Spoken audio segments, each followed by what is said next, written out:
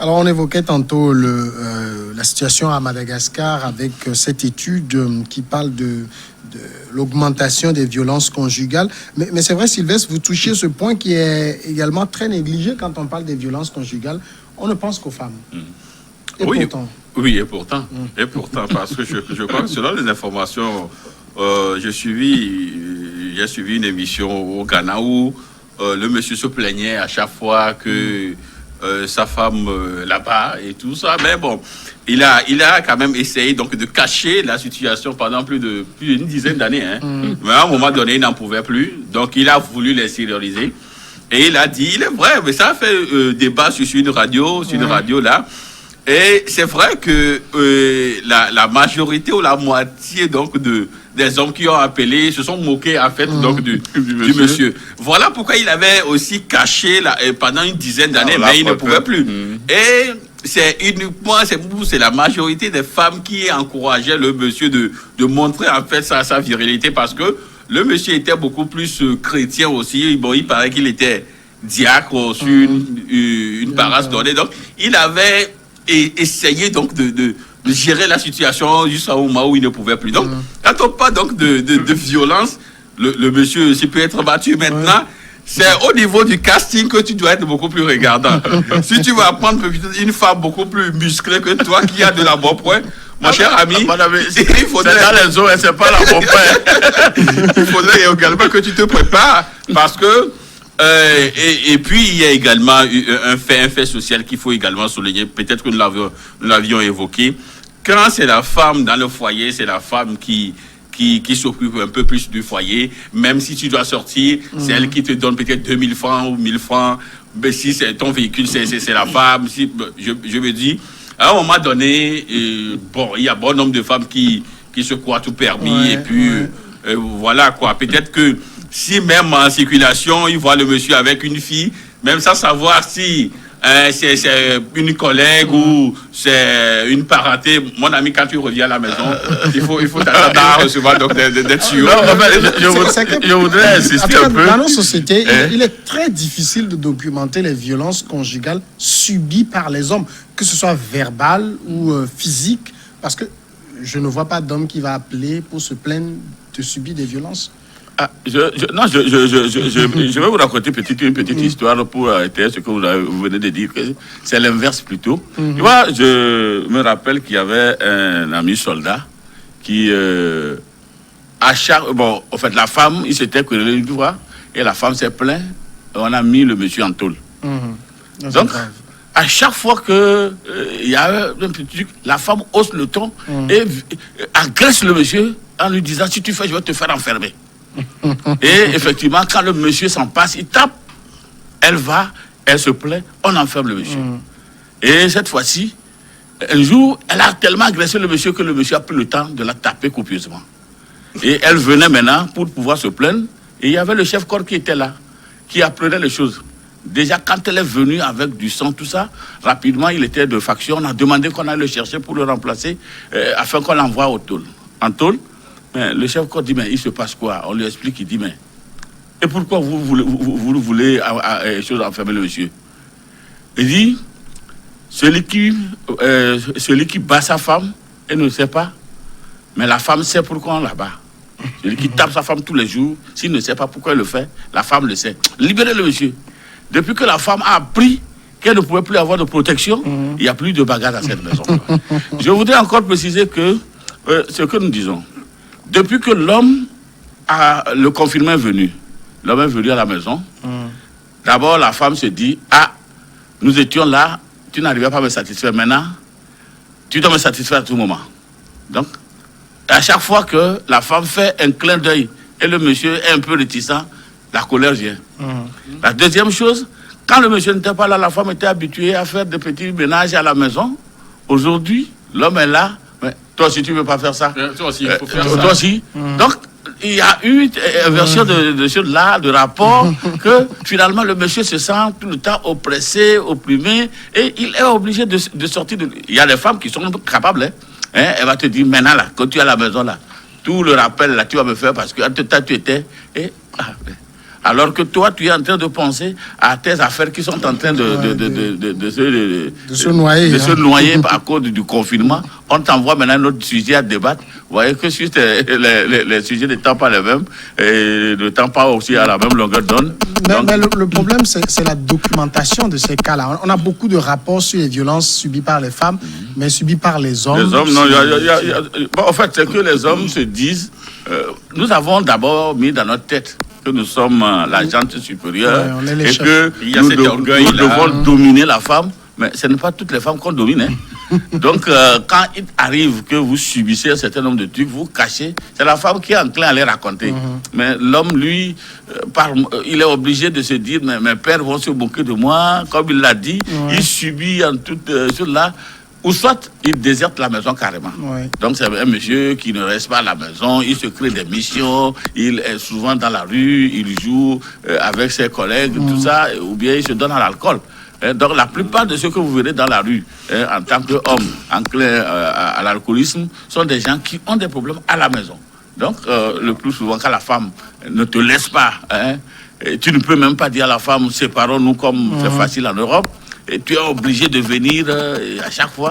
Et des fois, même t'attends le soir, là, quand tu viens très tard et te bouscule, tu es obligé. Donc, effectivement, il va falloir aujourd'hui que l'on essaie de mettre en place un système de documentation de ces cas pour voir un peu le rapport. Est-ce que c'est les femmes qui sont plus violentées que les hommes dans les foyers ou c'est le contraire? Et comme ça, peut-être... Et puis, avec le phénomène qui, moi je dis à un certain moment, ça va tendre un jour à inverser un certain nombre de choses-là, la gestion de choses du genre, qui a tendance à plus se pencher du côté de la femme que de l'homme. Aujourd'hui, on en parle tellement que finalement, on se demande, mais le droit de la femme, oui, mais le droit de l'homme, c'est où? On va passer à notre deuxième sujet. Nous allons au Burundi. Pierre Nkurunziza est-il mort du coronavirus? En tout cas, c'est la question qui est sur beaucoup de lèvres depuis qu'on a appris la mort brusque et soudaine du chef de l'État burundais, Pierre Nkurunziza, âgé de 55 ans, au pouvoir depuis 15 ans. Beaucoup de Burundais se demandaient de quoi l'avenir est fait. Et la question, c'est par rapport surtout à sa femme qui avait été hospitalisée à Nairobi, au Kenya, pour des raisons non communiquées par la présidence, mais plusieurs avaient laissé entendre que l'épouse de Pierre Nkurunziza a été hospitalisée parce qu'elle a été contrôlée positive au coronavirus. Le président lui-même est décédé quelques jours après des suites d'un arrêt cardiaque. C'est très difficile de savoir exactement la raison de la mort de Pierre Nkurunziza, mais on sait que la crise cardiaque fait entre autres partie des causes qu'entraîne aussi le coronavirus. Oui, je crois que aujourd'hui ça devient un peu permettez peut-être le thème la mode au niveau donc des hautes personnalités qui décèdent du coronavirus, parce que même aujourd'hui, l'ancien premier ministre gabonais, Franck Emmanuel Ngonde, est décédé. Et on parle donc de crise d'asthme. Or, selon les informations, il semblerait qu'il est décédé donc du coronavirus. Maintenant, donc, au niveau donc des chefs d'État, vous savez, le bulletin de santé des chefs d'État, généralement en Afrique, est souvent caché. Donc, il arrive que les gens se disent qu'ils ne sont jamais tombés malades. Ils ne sont jamais tombés malades. Ça me rappelle un peu une histoire où un chef d'État avait dit, donc, je me rappelle que c'est une seule fois où j'avais peut-être une petite migraine et puis c'est passé. Voyez-vous? Et même aujourd'hui, le président Paul Biya peut vous dire que non, s'il passe peut-être la moitié de l'année, un peu 6 mois en Suisse, c'est juste pour aller se reposer et après il va retrouver sa famille. Mais généralement, tout le monde sait pourquoi est-ce qu'il va très souvent en Suisse. C'est pour se faire soigner. Donc, Nkurunziza a décédé donc, du coronavirus ou de crise cardiaque. Officiellement, on parle de crise cardiaque, on s'en tient en cela. Mais sauf qu'il y a des éléments probants qui nous amènent donc, sur la piste donc, de coronavirus, d'autant plus que sa femme, il a dit, même si ouvertement, on n'a pas communiqué là-dessus, la dame donc, a été évacuée, hospitalisée donc, au Kenya. et on parle déjà donc du coronavirus.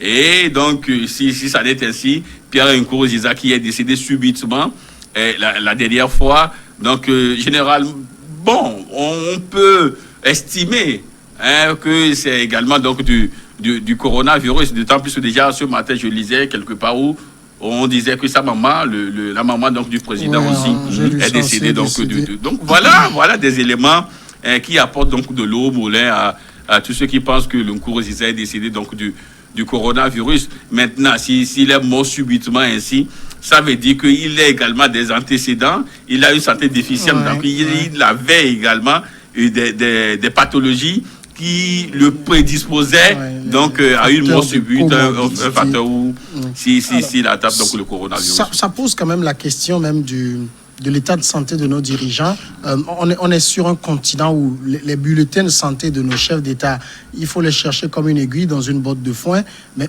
on le sait, beaucoup d'entre eux sont des maladifs. Oui, déjà ce cas le confirme avec cette mort dit inopinée du chef de l'État burundais, Nkurunziza. C'est vrai parce que moi, ça m'a donné à réfléchir un tout petit peu. Il a été donné, Nkurunziza, comme un bon sportif, alors que quand on parle de sport, dès que la Covid était arrivée, on a dit que pour pouvoir se prévenir de ce truc, il faut être un bon sportif, il faut avoir le système immunitaire très en forme, et puis il faut bien manger. Donc, moi, comparé au président Nkurunziza, donc moi, je me pensais plus exposé à cette maladie que lui. Et je me disais que quelqu'un qui peut se déplacer de sa maison au bureau à vélo, quelqu'un qui joue au ballon, avec toutes les anecdotes que nous avons autour de ce truc-là. Donc, ça veut dire que c'est quelqu'un qui frisait de l'embonpoint. Donc, si le corona vient l'emporter, il va falloir que nous commencions par nous méfier parce que tout ce que nous avons appris qui peuvent être les causes qui puissent bloquer l'échéance du corona n'en est pas un. On peut être en bonne forme, être un bon sportif, bien manger, avoir un système immunitaire beaucoup élevé, renforcé par beaucoup de produits et on peut en mourir. Donc c'est la conclusion à laquelle j'étais arrivé en pensant à cela. Mais la deuxième chose, c'est que réellement, comme vous venez de le dire, nous avons l'impression que nos dirigeants sont obligés de nous cacher leur état de santé pour qu'on ne dise pas qu'ils sont fragiles pour pouvoir gérer. Donc, on sait de temps en temps qu'ils ont des petits repos de vacances. Et quand ce n'est pas aussi grave que ça, le cas du Cameroun, du Gabon aujourd'hui, où on sait que le chef de l'État est vraiment malade. Dans certaines circonstances, on aurait pu demander à ce qu'il ne soit plus. L'Algérie ou Bouteflika était même dans un tricycle, mais on l'a obligé encore à briguer un certain mandat. S'il n'y avait pas eu cette insurrection qu'il avait enlevé de là-bas, le monsieur aurait encore brigué un autre mandat dans cet état. Donc ça veut dire que nous pouvons clamer fort et haut que nos dirigeants ne sont jamais malades. Sinon, comment on peut comprendre cette situation? Et la fortuerie, quand ils vont se faire consulter, on ne dit rien. Peut-être que c'est pour ne pas donner, prêter flanc à leurs adversaires politiques, pour qu'ils puissent utiliser ce tapalage-là pour pouvoir les faire partir. Donc, tant qu'on veut être longtemps là, on est obligé d'être en bonne santé, même si on peut mourir dans quelques instants. Il y a une habitante de la province natale de Nkurunziza qui se demande, je ne peux pas comprendre comment on nous dit que notre président qui était bien portant samedi est mort comme ça 2 jours après. Le récit qu'a fait la présidence des dernières heures de Nkurunziza, c'est curieux. 55 ans, très sportif, quelqu'un qui pouvait, selon les anecdotes, passer plusieurs heures même à prier. Donc, il est visiblement très en forme. Peut-il mourir comme ça de crise cardiaque? Et de surcroît imposé par Dieu pour gouverner le Burundi? Non, comme ça, de crise cardiaque? Oui, c'est possible. C'est possible, même si même si c'est le cas donc du Burundi, peut-être laisse un peu à réfléchir. Parce que lorsque vous lisez donc le récit donc de la présidence, il a même dit que il était donc sur un terrain de basketball et c'est après qu'il est rentré et que bon, c'est vrai qu'il avait quand même quelques ennuis de santé, mais bon, on n'a pas quand même communiqué là-dessus. Parce qu'il disait qu'il était un peu, il avait suivi un match de football, un match de basketball et tout. Maintenant, il est rentré et puis bon, voilà. C'est pourquoi je disais qu'en réalité, peut-être que le monsieur avait des pathologies, avait quelques pathologies qui le prédisposaient peut-être à une mort subite ou à une crise cardiaque, si éventuellement, et donc il a contracté le coronavirus, parce que la maladie, on nous dit que lorsque la maladie trouve peut-être des facteurs, voilà, il vous emporte, elle vous emporte très rapidement. Mais sauf que si on enlève tous ces facteurs de coronavirus et tout, bon, une personne bien portante peut aussi faire une crise cardiaque et trépasser. C'est possible également. Bon, nous sommes tous des malades ambulants, hein, et tu peux peut-être sortir tout de suite et puis tu as un malaise là et tu peux partir. Donc ça dépend également donc de notre santé. Si elle est déjà déficiente, bon, tu peux partir dans quelques minutes, hein. Mais sauf que bon, pour la santé des chefs d'État tel que tu l'as dit, ça c'est encore une autre paire de manches, c'est encore un autre sujet. Nos chefs d'État sont souvent très malades, on le sait. Mais ce que dit peut-être la présidence ou la communication autour de cela, vous avez même vu que il y avait des gens qui disaient déjà au Burundi que le président avait des ennuis de santé, est hospitalisé, mais la présidence a démenti cela et menaçait même les gens. Voilà, et menaçait même les gens. Donc, pour ne pas prêter le flanc, peut-être, ou pour que cela n'ait pas un relais politique et tout ça, on a caché jusqu'au moment où...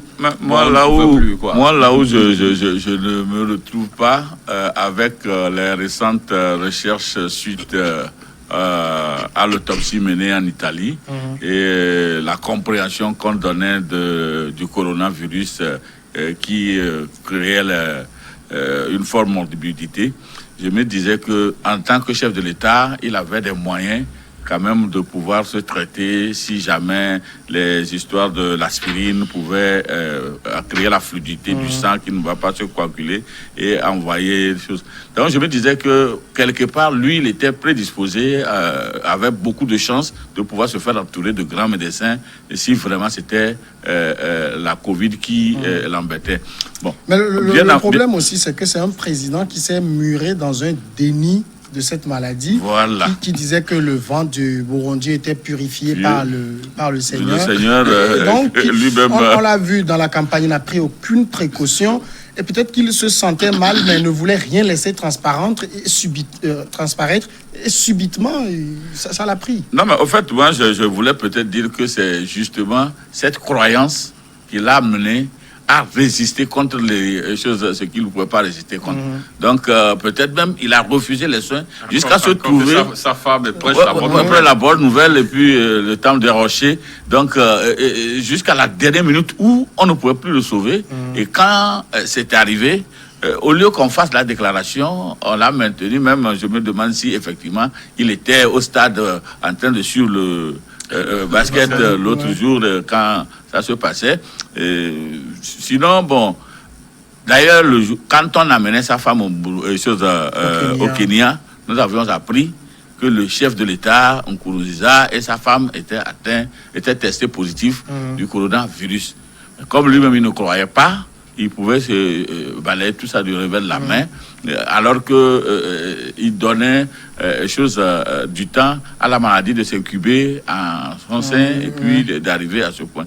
Donc vraiment, il va falloir maintenant, ça nous amène ici au Togo à nous dire qu'il va falloir que nous fassions extrêmement attention et que nous nous écoutions et à chaque brigadier, qu'on puisse nous-mêmes nous rendre rapidement pour pouvoir, parce que on constate que, d'ailleurs on en viendra, on constate que aujourd'hui c'est la manière de vivre avec la maladie qui est plus souhaitable que de penser à sa guérison ou à sa prévention.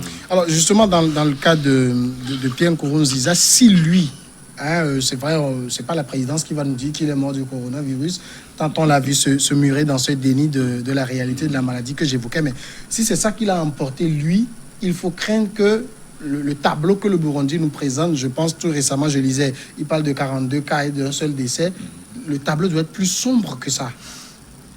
Oui, nécessairement, parce que vous avez même vu que le Burundi avait demandé aux représentants résidents de l'OMS de quitter le territoire.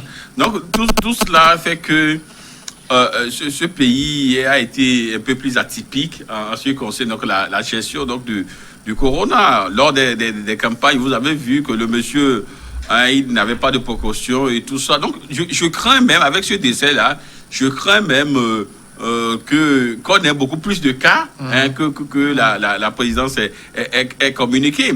Et je vais faire peut-être un parallèle avec ce que nous avons vu également en Guinée-Conakry, où le chef de l'État demandait même aux gens donc, de boire quelque chose là, de prendre du mentolato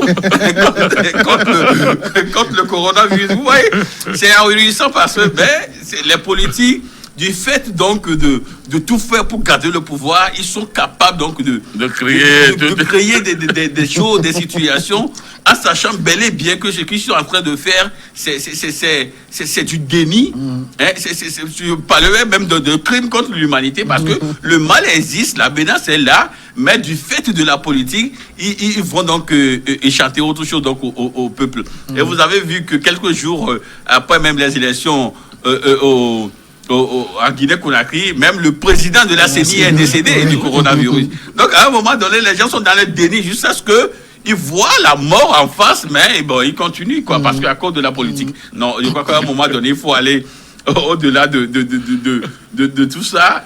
Au-delà de tout ça, maintenant, je crois que quand je vois cette foule immense-là autour du président lors de la campagne, et que le président, aujourd'hui, on nous dit que bon, c'est un arrêt cardiaque, mais aujourd'hui, les informations donnent beaucoup plus au coronavirus. Quand je vois tout ce beau monde-là autour du président, je me dis que peut-être que d'ici peu, si je ne veux pas être dans une mauvaise augure, on aura plus de cas, pour ne pas parler des cartons. Alors, il y a aussi certains internautes, quand on suit les réseaux sociaux au niveau du Burundi, qui évoquent la piste d'un empoisonnement. La piste d'un empoisonnement, j'étais allé vers là, entre-temps, je m'étais très vite retenu parce que après son 3e mandat, le monsieur a tellement créé d'éléments dans son pays que je pense qu'il devrait mesurer maintenant la prudence.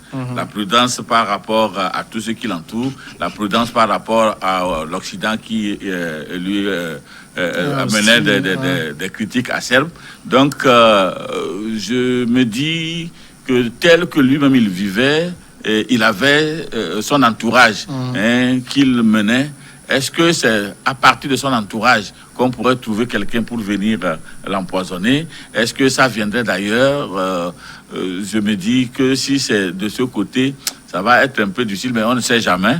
C'est pourquoi je disais entre-temps que lui, en face de tout ce qu'on a décrit comme disposition qui favorise la mort de par la pandémie, la maladie de coronavirus, lui, il se trouvait quand même un peu plus protégé.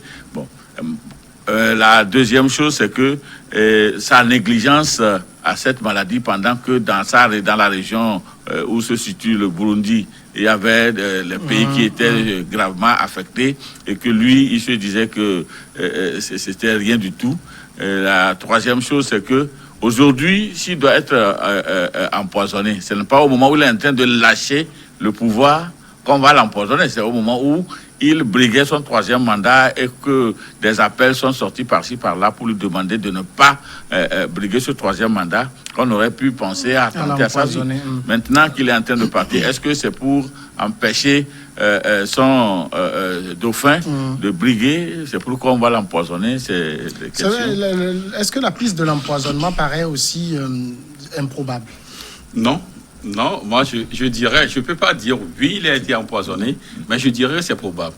C'est probable parce que lorsque vous lisez peut-être les derniers événements donc, autour de Nkurunziza, vous aurez peut-être remarqué que la branche dure du régime n'acceptait pas en fait le départ du président.